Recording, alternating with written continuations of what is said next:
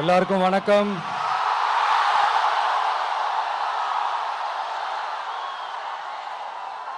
எல்லாரும் எப்படி இருக்கீங்க? சாப்பிட்டீங்களா?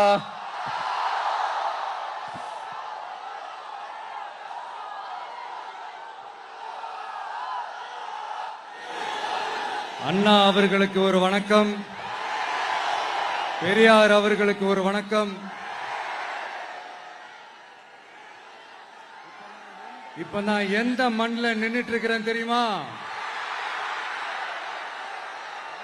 ஆண்டவர் அன்போட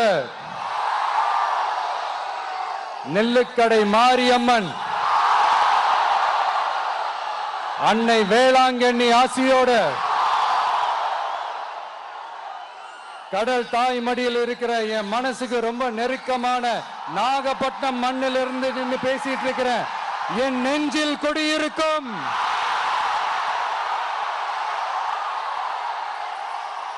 உங்கள் அனைவருக்கும்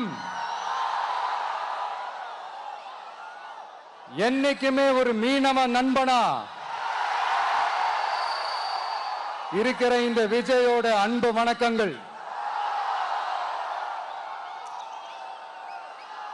இந்த கப்பல் இருந்து வந்து இறங்குற இந்த பொருட்களை எல்லாம் விற்கிறதுக்காக அந்த காலத்துல அந்தி கடையெல்லாம் நாகப்பட்டினத்தில் இருக்கும்னு கேள்விப்பட்டிருக்கிறேன். மீன் பிடிக்கிற தொழில், மற்ற தொழில்கள், இந்த விவசாயம், எந்த பக்கம் திரும்பினாலும் எப்படி பார்த்தாலும் உழைக்கிற மக்கள் இருக்கிற ஊர் தான் நம்ம நாகப்பட்டினம் ஊர். மத வேறுபாடே இல்லாத, அனைவருக்கும் பிடித்து போன, மத சார்பின்மைக்கு எடுத்துக்காட்டாக வாழ்ற உங்கள் அனைவருக்கும் மீண்டும் என்னுடைய சிரம் தாழ்ந்த ஸ்பெஷல் வணக்கங்கள். இந்த தமிழ்நாட்டில் இந்த மீன் ஏற்றுமதியில் 2வது இடத்துல இருக்கிறது நம்ம நாகப்பட்டினம் ஹார்பர் தான். ஆனா அங்க நவீன வசதிகளோட இந்த மீன் பதப்படுத்துற இந்த மாடர்ன் தொழிற்சாலைகள்லாம் இல்லை. அது மட்டும் இல்ல, இந்த அடிப்படை வசதிகள் கொண்ட இந்த வீடுகள்லாம் இல்லாம ரொம்ப அதிகமா இந்த குடிசை பகுதிகள் இருக்கிற ஊரும் நம்ம நாகப்பட்டினம் ஊரு தான்.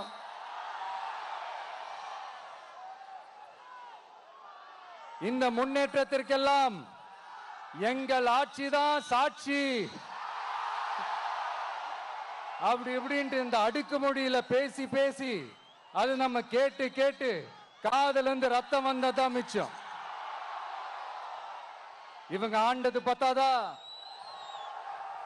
இப்படி தவிக்கிறாங்களே நம்ம மக்கள், அது பத்தாதா?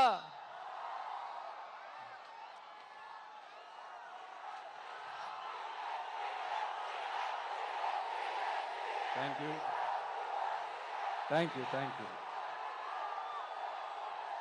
இந்த இலங்கை கடற்படையால நம்ம மீனவர்கள் தாக்கப்படுறதையும் அதுக்கான காரணத்தை பத்தியும் அதுக்கான தீர்வை பத்தியும் நான் மதுரை மாநாட்டிலே நான் பேசியிருந்தேன். அது ஒரு தப்பா? மீனவர்களுக்காக குரல் கொடுக்கறதும் அவங்களோட நிக்கிறதும் நம்மளுடைய கடமை, நம்மளுடைய உரிமை. நான் என்ன இன்னைக்கு நேத்தாங்க அவங்களுக்காக குரல் கொடுக்கிறேன். இதே நாகப்பட்டினத்துல 14 வருஷத்துக்கு முன்னாடி 2011 February 22 இதே நம்ம மீனவர்கள் தாக்கப்பட்டதை கண்டிச்சு ஒரு பொதுக்கூட்டம் ஒண்ணு நடத்தணும் இல்லையா? இந்த விஜய் களத்துக்கு வர்றது ஒண்ணு புதுசு இல்ல கண்ணா. எப்போ வந்தாச்சு. என்ன ஒண்ணு, முன்னாடிலாம் விஜய் மக்கள் இயக்கம் என்ற அந்த இயக்கமா வந்து நிற்போம்.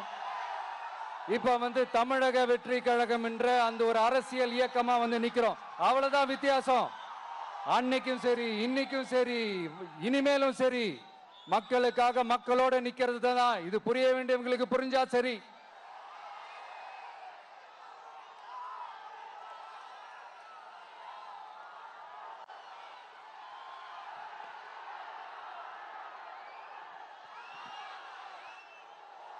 மீனவர்களுக்காக குரல் கொடுக்கிற இதே சமயத்துல நம்ம தொப்புள் கொடி உறவுகளான ஈழத் தமிழர்கள், அவங்க இலங்கையில் இருந்தாலும் உலகத்துல எந்த மூலையில இருந்தாலும் தாய்ப்பாசம் காட்டின தலைவனை இழந்து தவிக்கிற அவங்களுக்காகவும் குரல் கொடுக்கிறது, அவங்களுக்காகவும் நிக்கிறது நம்மளோட கடமை இல்லையா? மீனவர்களோட உயிர் எந்த அளவுக்கு முக்கியமோ அந்த அளவுக்கு ஈழ தமிழர்களோட அவங்களுடைய கனவுகளும் அவங்களுடைய வாழ்க்கையும் நமக்கு ரொம்ப ரொம்ப முக்கியம். நம்ம மீனவர்கள் படுற இந்த கஷ்டத்தை எல்லாம் பார்த்து ஒரு பெருசா ஒரு கடிதம் ஒண்ணு எழுதிட்டு அதுக்கப்புறம் கப்சிப்னு சைலண்டா போறதுக்கு நாம ஒண்ணு இந்த கபட நாடக திமுக அரசும் கிடையாது. மத்த மீனவர்கள்னா இந்திய மீனவர்கள், நம்ம மீனவர்கள்னா தமிழக மீனவர்கள், இப்படி பிரிச்சு பார்த்து பேசுறதுக்கு நாம ஒண்ணு பாசிச பாஜக அரசும் கிடையாது. நிரந்தரமான தீர்வு, நிரந்தரமான ஒரு இந்த ப்ராப்ளத்தை சால்வ் பண்றது தான் நம்மளுடைய ஒரு முக்கியமான ஒரு அஜெண்டாவே. சரி, இப்ப நம்ம நாகப்பட்டினம் ஏரியாவுக்கு வருவோம்.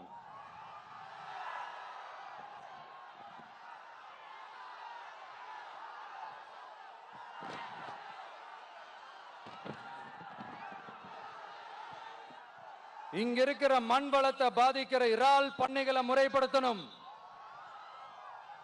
அப்பதான் மீனவர்களோட வாழ்வாதாரமும் விவசாயிகளோட வாழ்க்கையும் பாதிக்காம இருக்கும்.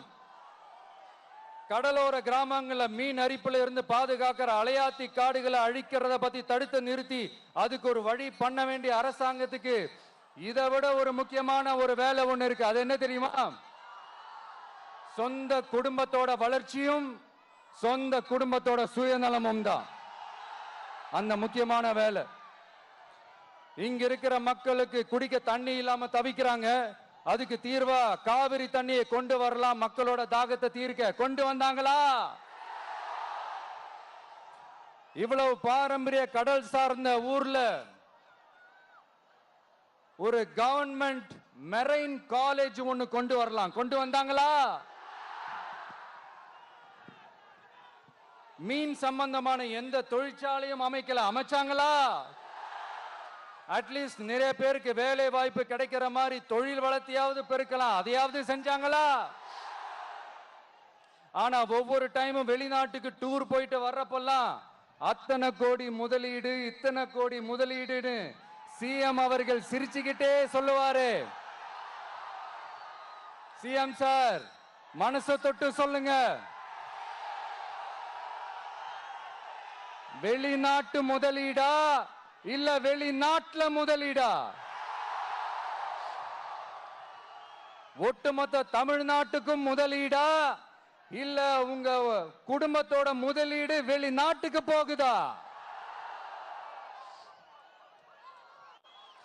வேளாங்கண்ணி, நாகூர், கோடியக்கரைன்னு இங்க இருக்கிற டூரிஸ்ட் பிளேஸ் எல்லாம் கொஞ்சம் நல்லா டெவலப் பண்ணலாம். பண்ண என்ன குறைஞ்சா போயிடுவீங்க?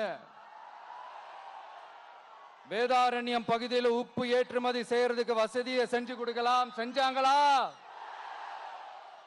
நாகூர் ஆண்டவர் அரசு மருத்துவமனையில பிரசவம் பார்க்கிற டாக்டரே இல்லையா? நாகப்பட்டினம் புது பஸ் ஸ்டாண்டையாவது சுத்தமா சுகாதாரமா வச்சுக்கிறாங்களா? நாகப்பட்டினம் ரயில்வே ஸ்டேஷன் வேலைகளை சீக்கிரமா முடிச்சு வைக்கலாம். அதையாவது செஞ்சாங்களா? இங்க ஏற்கனவே இருந்த ஸ்டீல் ரோலிங் மில்லையும் ரயில் பெட்டி தயாரிக்கிற தொழிற்சாலை மூடிட்டாங்க. அத மறுபடியும் திறந்தா நிறைய பேருக்கு வேலை வாய்ப்புகள் கிடைக்கும். ஏன் அதை பத்தி யோசிக்கல? மேலக்கோட்டை வாசல் NH மேம்பாலம் கட்டி 50 வருஷம் ஆச்சு. அது சரியா மேம்படுத்தலாம். அதை செஞ்சாங்களா?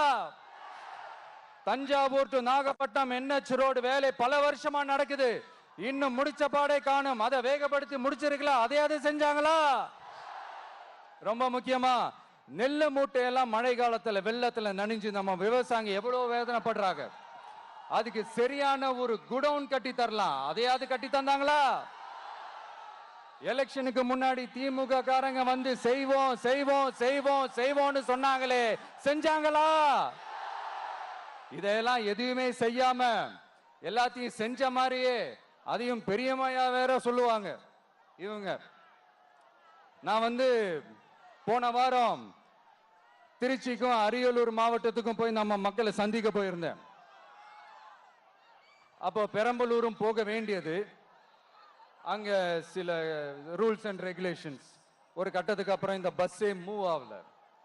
அதுக்கப்புறம் அதை தாண்டி ஒரு டைமுக்கு மேல பேசுறது, சரி அதெல்லாம் விடுங்க. இந்த நேரத்தில் பெரம்பலூர் பகுதி மக்களுக்கு நான் மன்னிப்பு கேட்டுக்கிறேன். சீக்கிரமாவே உங்களை தேடி நான் வருவேன் ஃபார் ஷுவர். நம்ம இந்த டூர் பிளான், இந்த ஷெட்யூல் போட்டதுக்கு அப்புறம் அது என்னப்பா சனிக்கிழமை சனிக்கிழமை சனிக்கிழமை அப்படின்னு ஒன்று ஸ்டார்ட் ஆச்சு. அது ஒன்றும் இல்லை, உங்க எல்லாரையும் பார்க்கும்போது உங்களுக்கு எந்த விதமான டிஸ்டர்பன்ஸும் இருந்துடக்கூடாது. முக்கியமா உங்களுடைய வேலைகளுக்கு எந்த விதமான டிஸ்டர்பன்ஸும் இருந்துடக்கூடாது அப்படின்ற ஒரே காரணத்துக்காக தான் இப்படி வீக்கெண்டா பார்த்து இப்படி இந்த பிளானை ஷெட்யூல் பண்ணோம். லீவு நாட்கள்ல, ஓய்வு நாட்கள்ல வரணும்ன்றதான் அந்த எண்ணமே. அது மட்டும் இல்ல, அரசியல்ல சில பேருக்கு நம்ம ஓய்வும் கொடுக்கணும் இல்லையா? அதனாலதான் இந்த ஓய்வு நாட்களா பார்த்து இப்படி செலக்ட் பண்ணோம். சரி, இப்போ நம்ம மக்களை சந்திக்கிறதுக்கு, நம்ம சொந்தங்களை சந்திக்கிறதுக்கு எத்தனை கட்டுப்பாடுங்க. அந்த இடத்துல பர்மிஷன் இல்லை, இந்த இடத்துல பர்மிஷன் இல்லை.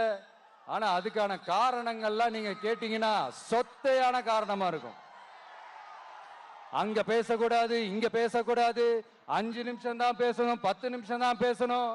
நான் பேசுறதே 3 நிமிஷம் தான். அதுலயும் அது பேசக்கூடாது, இதை பேசக்கூடாதுன்னு சொன்னா அப்புறம் தான் எதை தான் பேசுறது.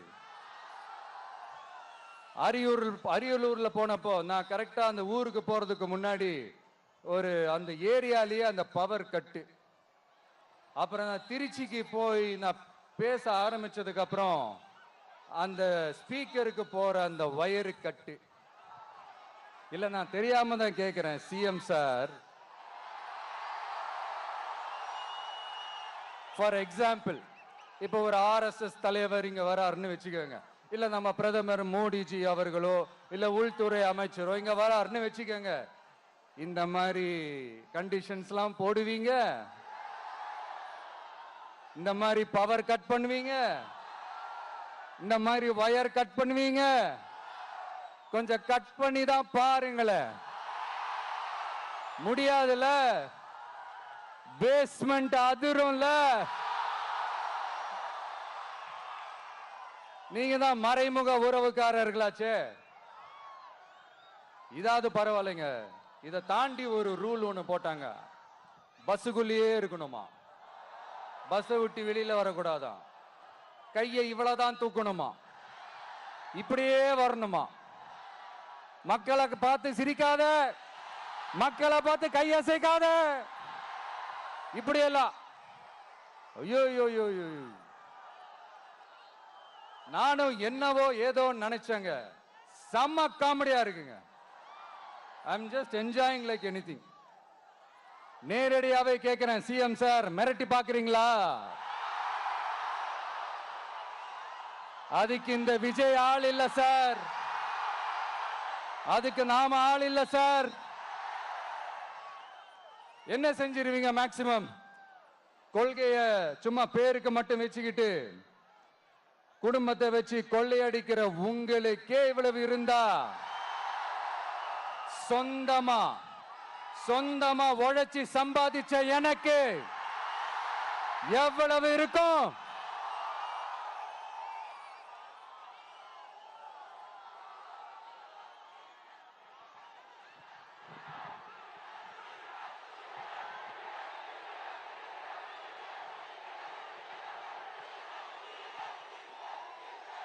தேங்க்யூ நண்பா. என்ன நாங்க பெருசா கேட்டுவிட்டோம்? மக்கள் நிம்மதியா ஃப்ரீயா நின்று பார்க்கறதுக்கு ஒரு இடம், அதை நாங்க தேர்வு செஞ்சு அதுக்கு பர்மிஷன் கேட்கிறோம். ஆனா நீங்க என்ன பண்றீங்க? அந்த இடத்தையெல்லாம் விட்டுட்டு நெருக்கடியோட, மக்கள் நெருக்கடியோட எங்கெல்லாம் நிப்பாங்களோ அந்த இடமா பார்த்து செலக்ட் பண்ணி தெரியுங்க. உங்க எண்ணம் தான் என்ன சார்? நான் அவங்கள பார்க்க கூடாது, அவங்களோட பேசக்கூடாது, அவங்க குறைகளை கேட்க கூடாது, அவங்களுக்காக குரல் கொடுக்க கூடாது. என்னதான் சார் உங்க எண்ணம்? சரிங்க சார், ஒரு அரசியல் தலைவன் அப்படின்றதெல்லாம் மறந்துருங்க. ஒரு சாதாரண ஒரு தமிழ்நாட்டு மண்ணோட ஒரு மகனா, ஒரு நம்ம தமிழ் மக்களுடைய ஒரு சொந்தக்காரனா, என் மக்களை, என் குடும்பத்தை, என் சொந்தங்களை நான் பார்க்க போனா என்ன பண்ணுவீங்க? அப்பவும் தடை போடுவீங்களா? வேணாம் சார். இந்த அடுக்குமுறை, இந்த அராஜக அரசியல்லாம் வேணாம் சார். நாம ஒண்ணு இங்க தனியால் இல்லைங்க சார். மாபெரும் மக்கள் சக்தியோட பிரதிநிதிங்க சார். மாபெரும் பெண்கள் சக்தியோட சகோதரன் சார். மாபெரும் இளைஞர் இயக்கமா இருக்கிறோம் சார். மறுபடியும் சொல்றேன், 2026ல ரெண்டு பேருக்கு நடுவுல தான் போட்டியே. ஒண்ணு இன்னொன்னு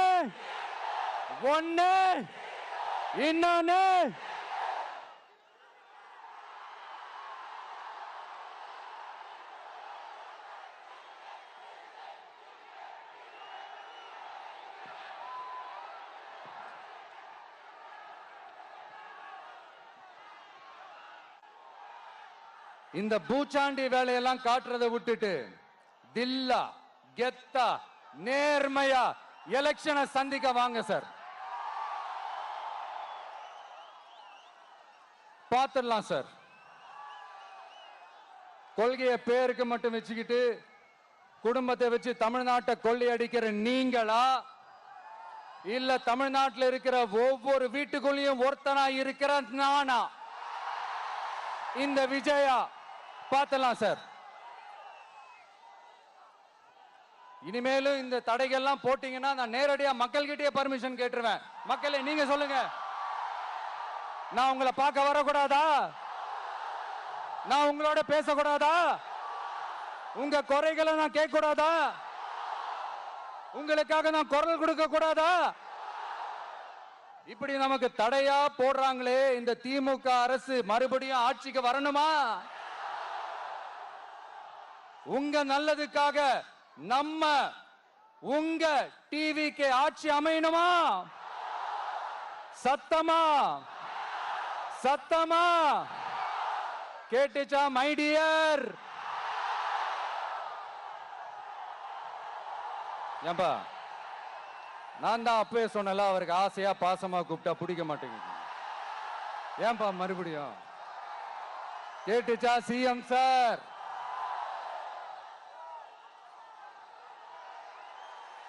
இந்த போர் முழக்கம் உங்களை ஒரு நிமிஷம் கூட தூங்க விடாது, துரத்திக்கிட்டே வரும். கான்பிடண்டா இருங்க, நல்லதே நடக்கும், வெற்றி நிச்சயம். மீண்டும் சந்திக்கும் வரை நன்றி, வணக்கம்.